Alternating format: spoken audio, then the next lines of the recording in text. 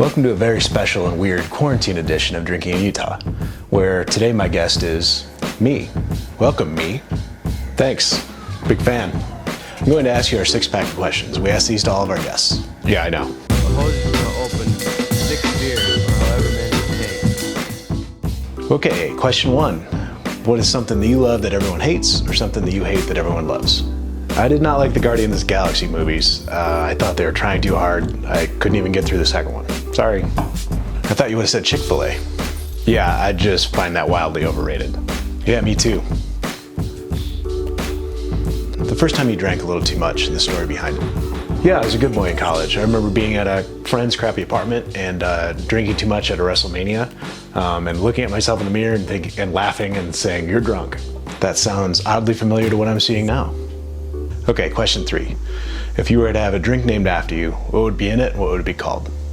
Good question. I love bourbon, so I think, I guess my nickname in college was Chicken, so maybe something along those lines, like Chicken Little Bourbon.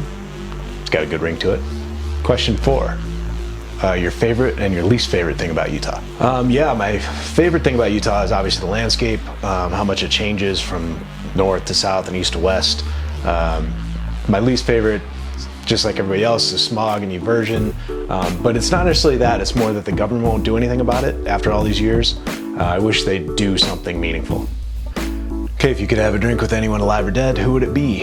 Oh, Anthony Bourdain. He was a huge influence on me.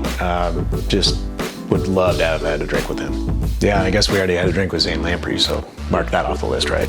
And then tomorrow morning or afternoon when you wake up, what's your go-to hangover cure? I always seem to crave tortilla chips, which is weird, but I think that the shards scrape the nasty bits out of my mouth. Oh yeah, that is good. It's weird, but good. Okay, Josh, it's last call. That means you can plug whatever you've got going on, what you want the people at home to know about. Yeah, so as you can see, I'm bored out of my mind right now, and it'd be a great time if you're bored too to go back and watch a bunch of Drinking in Utah episodes. Also support local breweries. We're drinking a couple local beers, and if you can, send a few dollars to your favorite server. Okay, join us next time when our guest will be Ty Burrell, or the world will have ended and there won't be any more Drinking in Utah. Later.